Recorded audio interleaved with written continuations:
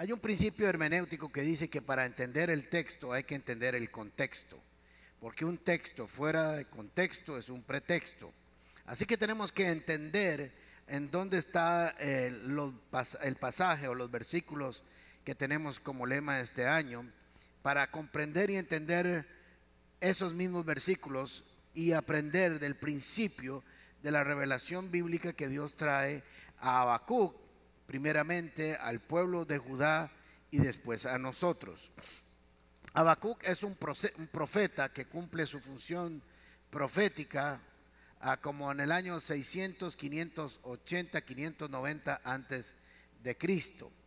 Es uno de los profetas llamados profetas menores, no por importancia, sino por la cantidad de texto que hay en su libro. Así que el tiempo del profeta es un tiempo difícil, es un tiempo complicado, es un tiempo donde le está causando dolor, donde hay cosas que están pasando que no entiende y tiene algunas preguntas.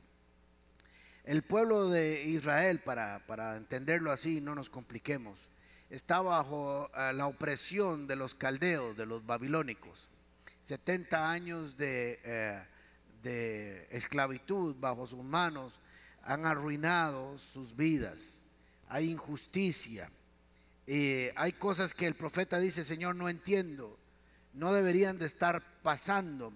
Así que el profeta tiene preguntas, tiene cuestionamientos, pero que son interesantes porque no es un enojo con Dios, sino que es la búsqueda de una respuesta.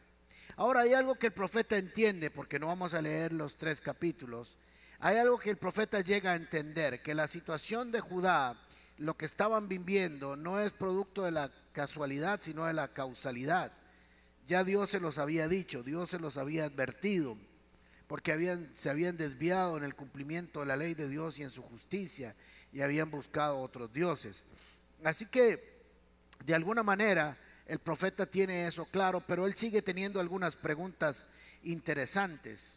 Es un tiempo de dolor para el profeta, es un tiempo casi que de depresión, podríamos utilizar un término moderno. Es un tiempo donde su alma y su fe podría estar cansada de esperar tanto una respuesta de Dios que no llega. Él ve violencia, ve injusticia, ve agresión, ve un montón de cosas que no deberían de estar pasando cuando Dios es el Dios de esa nación. Y sobre todo los caldeos se han estado enseñoreando, han estado rajando, por así decirlo, de que el Dios de ellos es mucho más importante o más poderoso que el Dios de Judá, de Israel. Así que hay momentos en la vida donde cada uno de nosotros tiene preguntas, tiene cuestionamientos y tiene algunos reclamos, pero vamos a entender en qué consisten y cómo son estos reclamos de parte del profeta.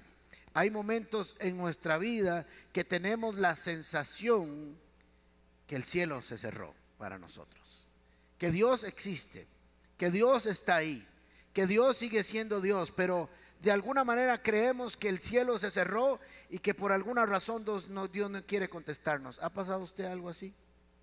Solo a mí me ha pasado, un poco más. Parece que Dios no escucha, parece que Dios está dormido, parece que los malos viven mejor que los buenos y que les va mejor a los malvados que a los buenos, que a los justos. Y uno dice: no puede ser, yo tengo un Dios todopoderoso, no debería pasar eso.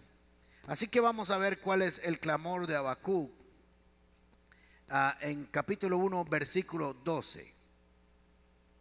Y miren la expresión de su oración delante del Señor. ¿Hasta cuándo, Señor, he de pedirte ayuda sin que tú me escuches? Tenemos que entender algo cuando comenzamos a leer este texto, que el profeta estaba clamando a Dios, no estaba orando a otros dioses, no estaba renegando, no estaba diciendo que Dios no era Dios. Lo que estaba diciendo: ¿hasta cuándo he de clamarte por ayuda sin que tú me escuches? ¿Hasta cuándo he de quejarme de la violencia sin que tú nos salves? Claro, ellos estaban viviendo esa opresión de los caldeos. ¿Por qué me haces presenciar calamidades? ¿Por qué debo de contemplar el sufrimiento? Veo ante mis ojos destrucción y violencia, surgen riñas y abundan contiendas. Por lo tanto se entorpece la ley. Lo que quiso decir es que no solo se aplicaba la ley, sino que la gente dejó vivir la ley del Señor y no se da curso a la justicia. Es interesante cuando leemos el texto completo, cuando leemos los 3 versículos en los 3 capítulos y vemos las conclusiones del profeta, que el profeta realmente sí se estaba quejando, que el profeta sí realmente tenía preguntas, como todos nosotros tenemos algún tiempo de preguntas y de quejas. Pero lo que andaba buscando realmente, y mire qué interesante, déjelo ahí al lado de lo que usted está oyendo y téngalo ahí guardadito porque lo vamos a traer. Lo que realmente el profeta andaba buscando era una explicación. No se estaba quejando por la simple queja, sino que él quería recibir una revelación. ¿Por qué sus ojos estaban viendo todo eso? ¿Por qué Dios permitía algo que se supone que Dios no debe permitir? Algunos hemos tenido esas preguntas alguna vez también. Y no son malas tener estas preguntas, y no son malas tener algunas quejas delante de Dios, pero deben ser estructuradas correctamente, no quejándonos como insultando a Dios, sino que creyendo que como Él es Dios, Él puede contestarnos. ¿Entendieron la diferencia? Ahora él no quería ser un sabelotodo, él quería aprender, quería buscar los secretos de Dios para entender su situación. No quería ser un sabelotodo, quería ser alguien que cada vez que tenía un conflicto, por así decirlo, existencial, podía encontrar en Dios su respuesta. Y miren qué interesante, porque lo que estaba pasando en Judá y lo que le estaba pasando a la vida de Habacuc no era por falta de oración. Se ve que era un hombre de oración, de la búsqueda del secreto de Dios. Dice en el versículo 2: ¿hasta cuándo, Señor, he de pedirte ayuda sin que tú me escuches? O sea que había estado pidiendo ayuda constante. ¿Hasta cuándo? Quiere decir que no nos dice el texto cuánto tiempo duró el profeta pidiendo, pero había pasado mucho tiempo. Ya su fe de alguna manera estaba entrando en un cansancio crónico, decir: ¿hasta cuándo? ¿Hasta cuándo? ¿Hasta cuándo?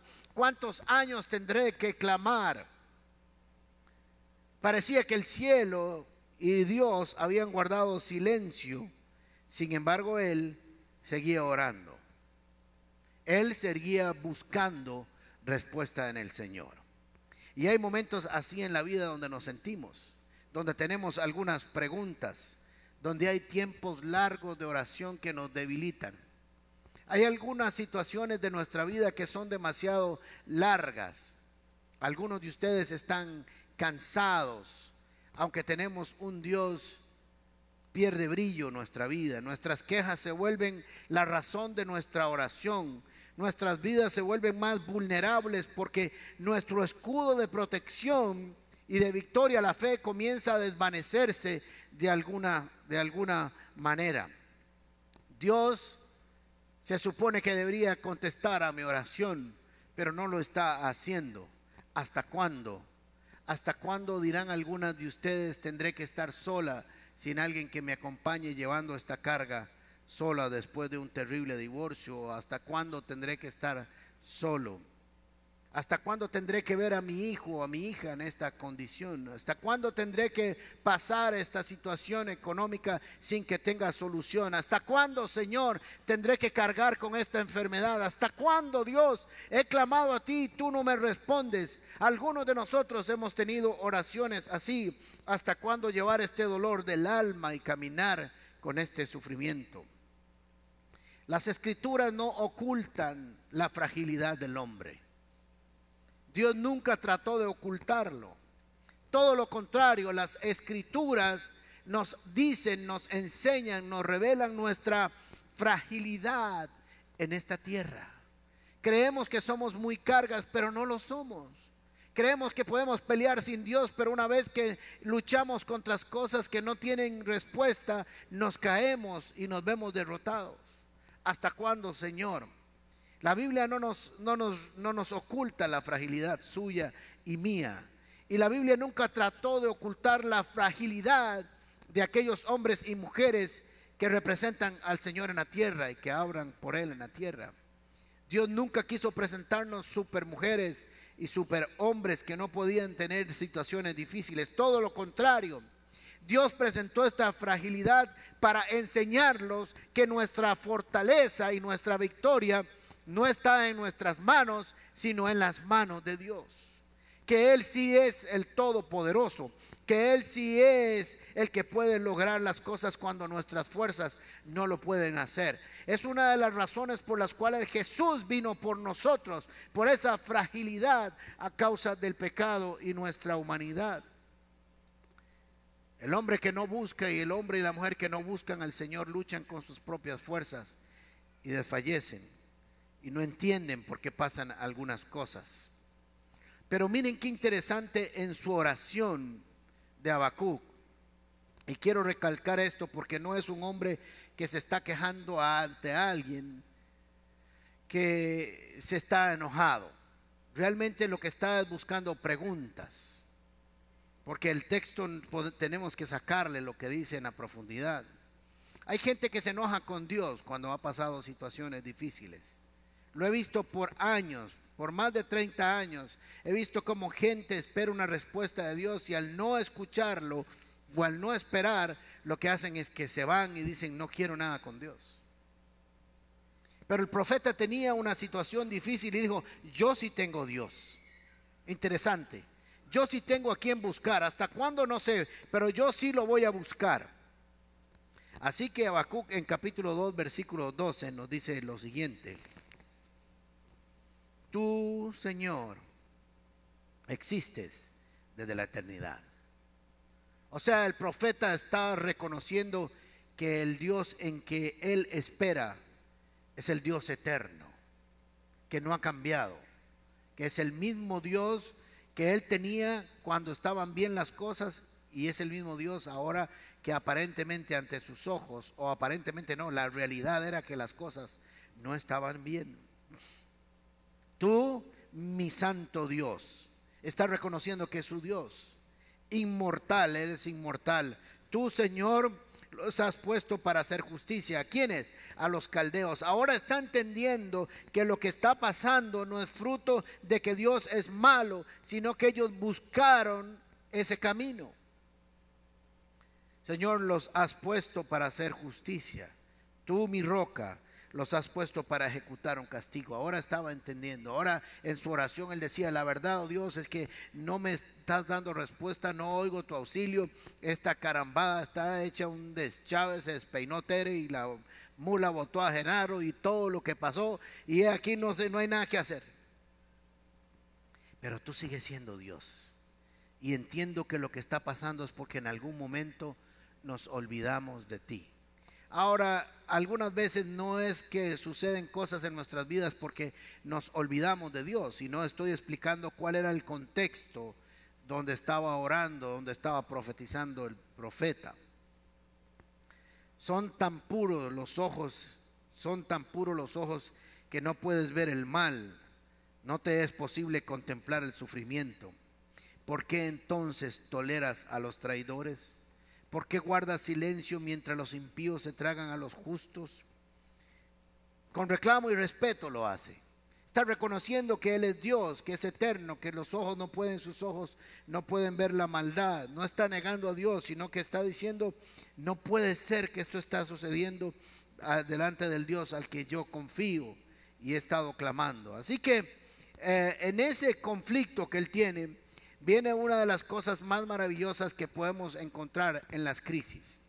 Cuando usted y yo leemos las escrituras y estudiamos las escrituras, nos damos cuenta que los tiempos de mayor revelación en la vida de los personajes bíblicos es cuando están en dificultades. Las mayores revelaciones de Dios, de quién es, de lo que hace y cómo lo hace, son en momentos de angustia y de tribulación.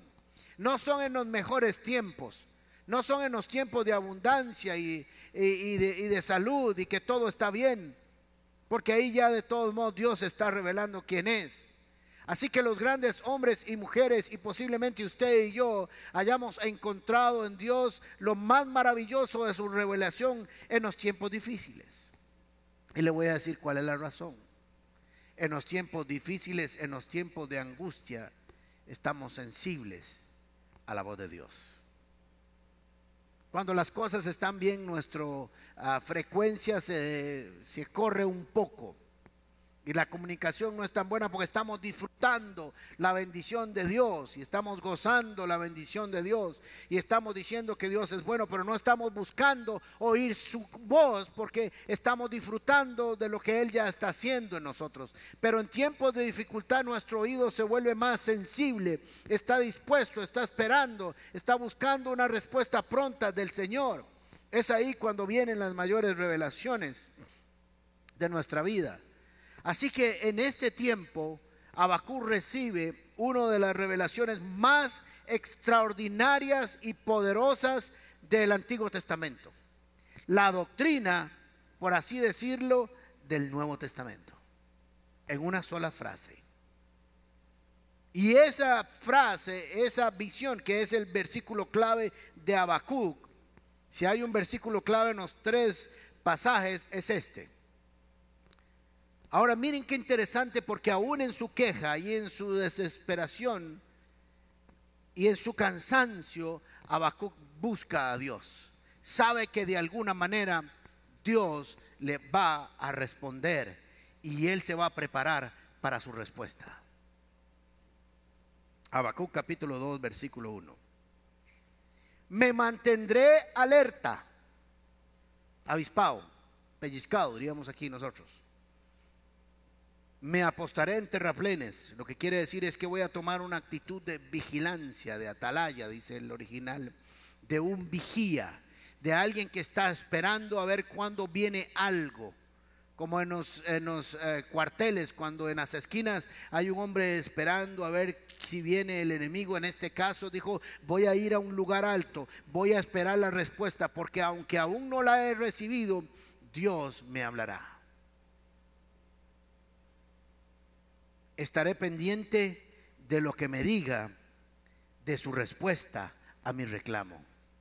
Es increíble esta manifestación de alguien que parece que está en crisis, que parece que no quiere nada con Dios, pero la verdad es que quiere todo de Dios. El problema es que parece que Dios no ha hablado, no ha escuchado, no está haciendo nada, pero cuando leemos el contexto sabemos que Dios estaba trabajando. Hay una cosa que nosotros tenemos que entender como cristianos y como seres humanos. Mientras Dios está trabajando en su petición, en la que usted le hizo, tiene que trabajar en la petición, por ponerlo de una manera gráfica, de 6,000 millones de personas más. Y no es que quiero decirle que Dios dice: ay, no, espérate un rato, no puedo contestar esta, ya vengo, tengo que ir aquí, ya vengo, voy a ir a China y ahorita regreso y no me devuelvo y voy a ir a Portugal. No. Lo que quiero decir es que todos vivimos en un solo planeta y que posiblemente la petición suya sea la negación de la petición de otro. ¿Me siguieron? Tal vez las 2 chicas están orando por el mismo mae. Échele pluma. ¿Y qué hace el Señor? Ayer en la noche, para los que estuvieron en la noche, llegué a mi casa y Moti estaba muerto de risa porque oré para que el Espíritu Santo enseñe a los hombres y mujeres de esta iglesia a ligar. No, hay que estar ungidito. Claro, no consiguen novia y novio porque no saben cómo hacerlo, pero el Espíritu Santo nos puede enseñar a eso, ¿o no? ¿Quién quiere aprender a eso? Yo no, ya pasé. Ahora, yo les voy a decir una cosa. La primera vez que yo vi a Flora, yo dije: aquí es con todo. Así que donde la vi quedé cautivado, y la primera vez que la vi le dije: ¿cuándo te casas conmigo? De una vez. No sé si fue suicidio o conquista, pero ahí resultó.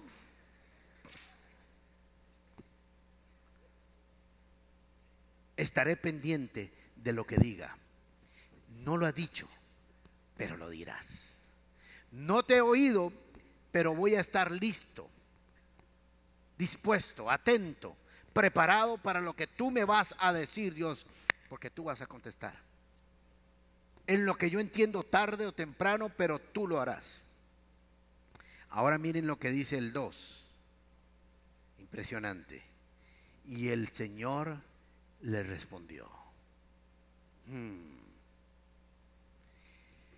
No sé cuánto tiempo había pedido el profeta por su clamor o sus preguntas, pero una vez que el profeta entendió de alguna manera que no solamente tenía que estar orando o quejándose o presentando sus preguntas para respuestas, sino que además tenía que estar dispuesto y prepararse a escucharlo. Muchas veces estamos pidiendo respuestas de Dios, muchas veces estamos pidiendo por Dios por algo, pero no nos preparamos para recibir su respuesta. Voy a decir una cosa ordinaria. Dígale que usted le está pidiendo por un carrito. No sé si necesitamos más carritos en este país, pero digamos que Dios quiere darle un carrito, como todos los demás. Y usted tiene un campo en su casa. Y usted dice, es que hasta que llegue el carrito hago la cochera. Si usted ora y pide por el carrito, dice, y voy a ir haciendo la cocherita, el garaje, donde va a estar el carrito que Dios me va a dar. Así que eso fue lo que hizo el profeta. Clamó, buscó, presentó sus quejillas, buscó una respuesta de Dios y además dijo, me voy a ir a preparar porque Dios va a hablar. Así que me voy a poner en un lugar algo de alto de vigilancia donde Dios me va a responder. ¿Y qué hizo el Señor? Respondió. Ahora, como Habacuc era un profeta y tenía que hacer una declaración al pueblo, porque el pueblo lo estaba padeciendo, le dice, escribe la visión, porque le iba a dar una visión acerca de lo que iba a acontecer en los tiempos futuros, más adelante.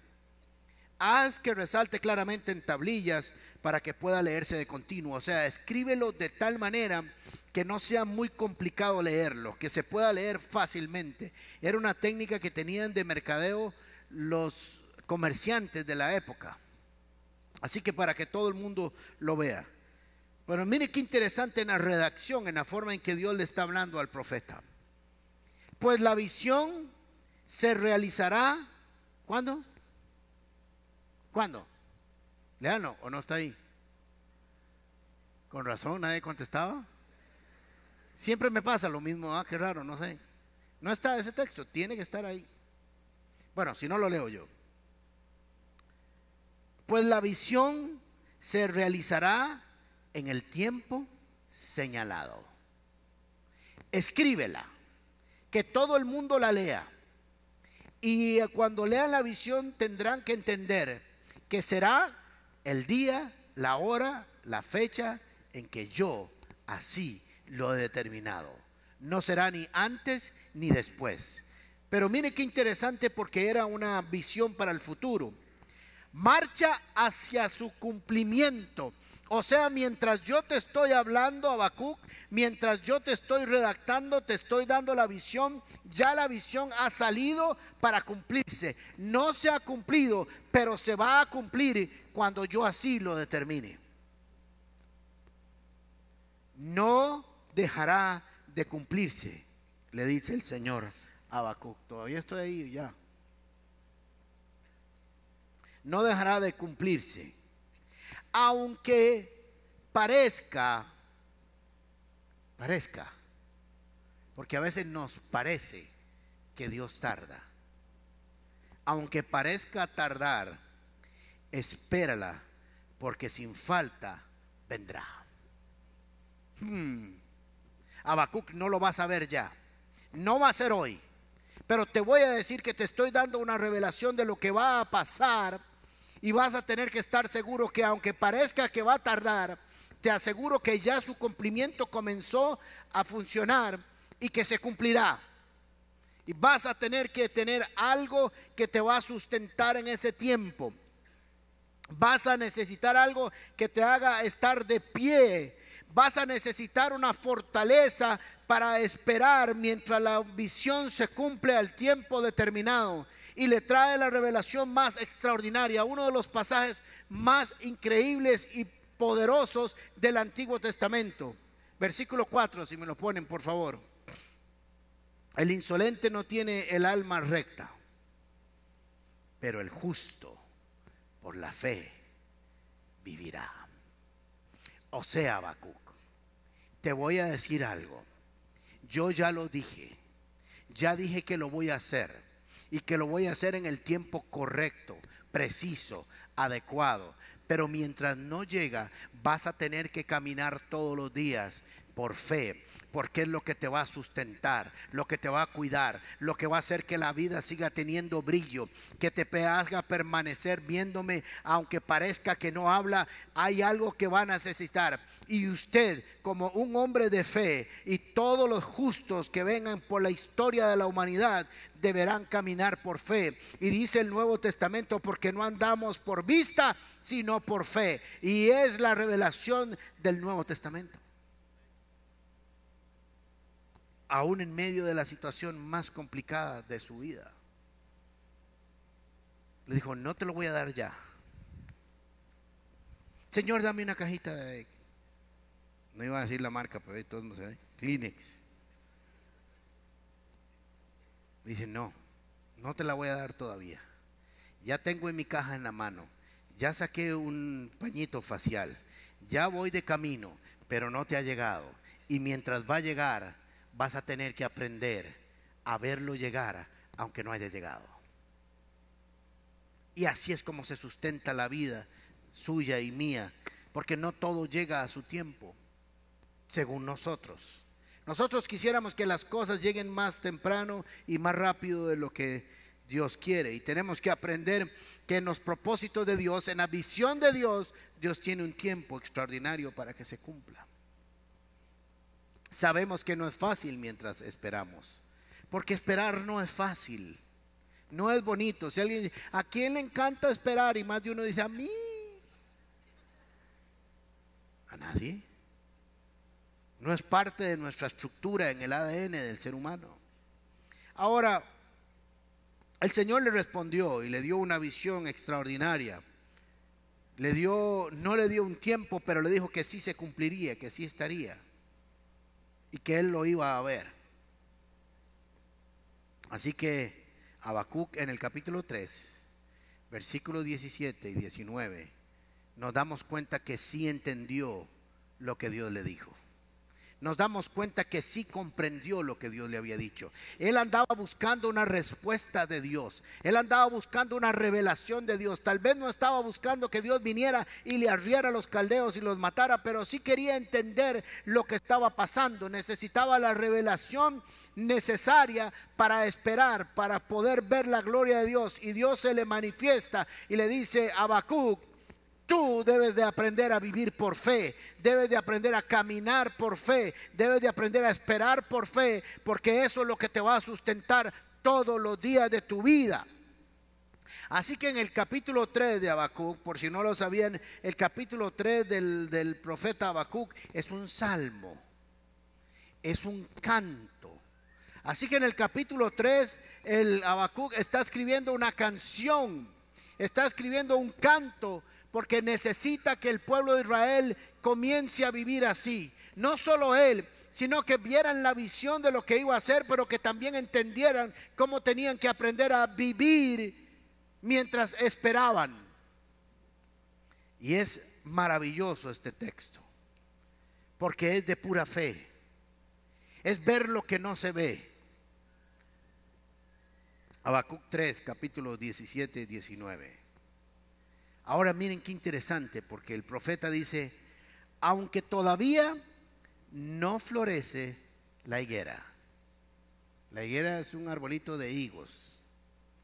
Aunque todavía no florece el árbol de mango, el árbol de naranjas, aunque todavía el arbolito no esté dando su fruto, ni las uvas en el viñedo, ni tampoco aceitunas en los olivos, ni en los campos han rendido sus cosechas, aunque no hay ovejas en los rediles, ni vacas en los corrales. O sea, cuando usted lee esto, no hay nada.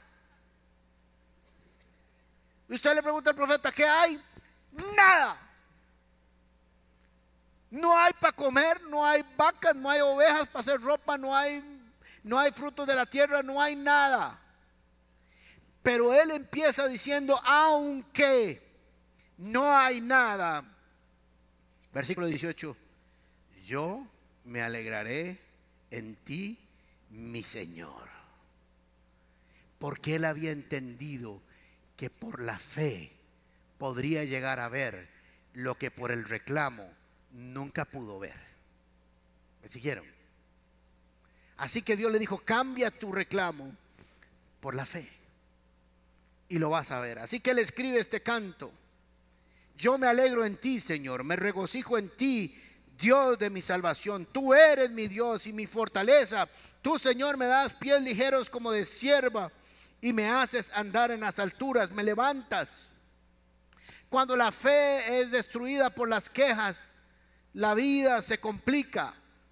La vida se vuelve una cantidad de preguntas que no tienen respuesta si no las sabemos presentar al Señor, si no sabemos acudir a Él, si no le buscamos como el Señor quiere que le buscamos, reconociendo que Él es Dios.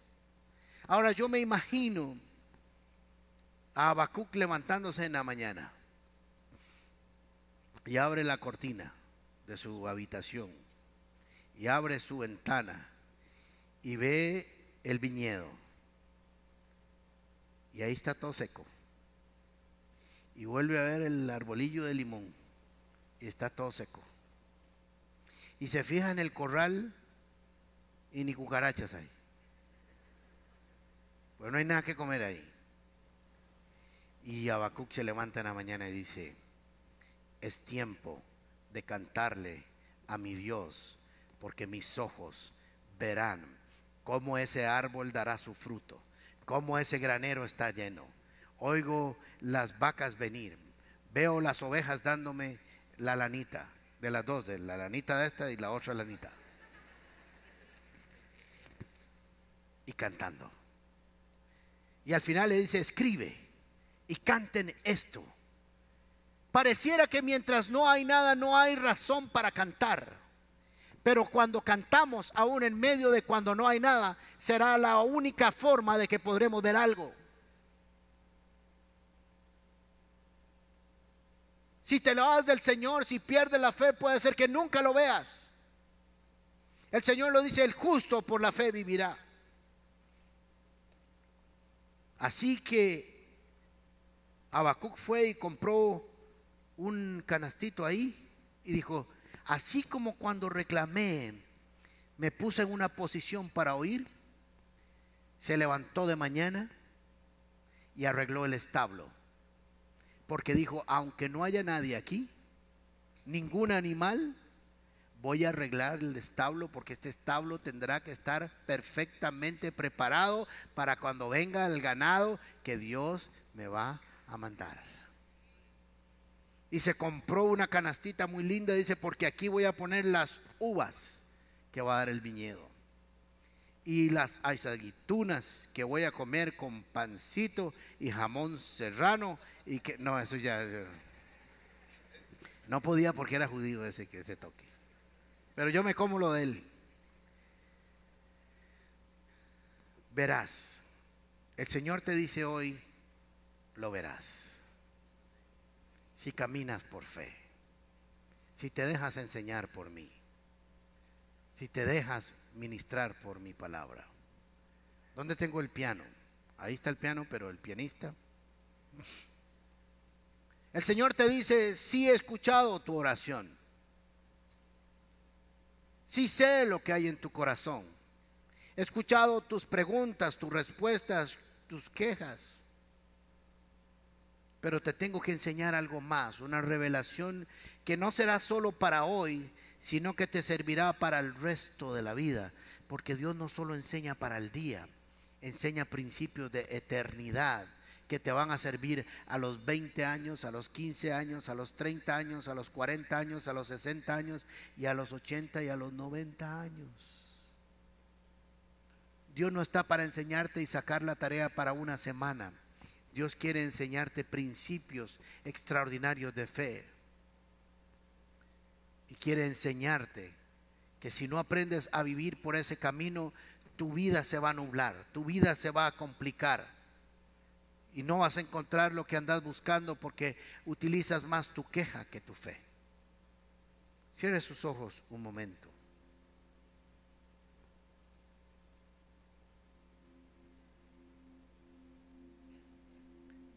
Dígale al Espíritu Santo: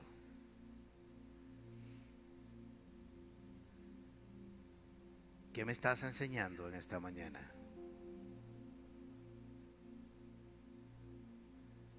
Dígale al Espíritu de Dios: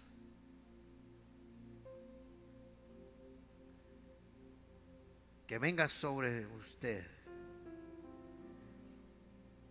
y aún en medio de toda la escasez que parece que hay, y aún su esposo no ha vuelto, y aún su esposo no ha creído, y aún sus hijos no están aquí, y aún caminas con la enfermedad, y aún el dolor no se ha ido,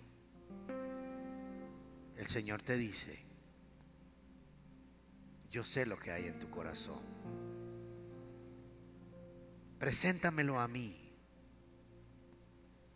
Trae tu pregunta, pero no como un Dios que no escucha, sino como un Dios que te puede responder en gracia y en misericordia y en verdad. Porque yo sí conozco tu dolor, dice el Señor. Yo sí conozco lo que estás pasando. Yo sí conozco tus mañanas, tus tardes y tus noches largas, donde preguntas: ¿por qué a mí? ¿Por qué los malos prosperan y yo no? Pero el Señor te dice: déjame los malos a mí, a su tiempo haré mi juicio. Haré mi juicio de verdad, recto, puro, y le daré a cada uno según sus obras y su fe. Pero déjame eso a mí, ese no es tu trabajo. Ven a mí.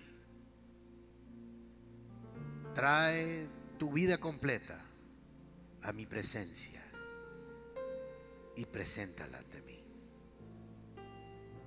¿Hasta cuándo, Señor, mi hijo seguirá en el alcohol, en las drogas, en la rebeldía? ¿Hasta cuándo caminaré con este dolor? ¿Hasta cuándo, Señor? Y el Señor te dice: yo ya hablé y que todas las cosas a tu favor han empezado a funcionar para ti desde el momento en que morí en la cruz y me levanté del sepulcro. Porque si vas a la tumba está vacía, dice el Señor. Ya ha empezado a cumplirse la visión para tu restauración y para tu vida. Ven a mí, presenta tus cargas. Déjeme morar en tu corazón. Dígale: Señor Jesús, yo creo que tú eres mi Señor. Como dijo Habacuc, tú eres el Dios que ha existido siempre. Tú eres maravilloso en todo lo que haces. A ti abro mi corazón. Te digo que tú eres mi Salvador, mi Señor, mi proveedor, mi pronto auxilio. Que tu amor saca todo temor de mi vida. Oh Dios, recibo tu amor y tu gracia en esta mañana, Señor. Y mientras espero tu respuesta, yo bailaré delante de ti. Yo cantaré, Señor. Le daré vueltas a ese árbol mientras está seco, y le daré vueltas cantando, y mis ojos verán los primeros frutos mientras yo alabo y canto al Dios de mi salvación. Porque Dios lo ha dicho así. Porque Dios lo prometió en su palabra. Y porque Dios no miente ni se arrepiente. Y ha declarado que eres más que victorioso y victoriosa en Él, en Cristo Jesús. y que suplirá todas nuestras necesidades conforme sus riquezas en gloria.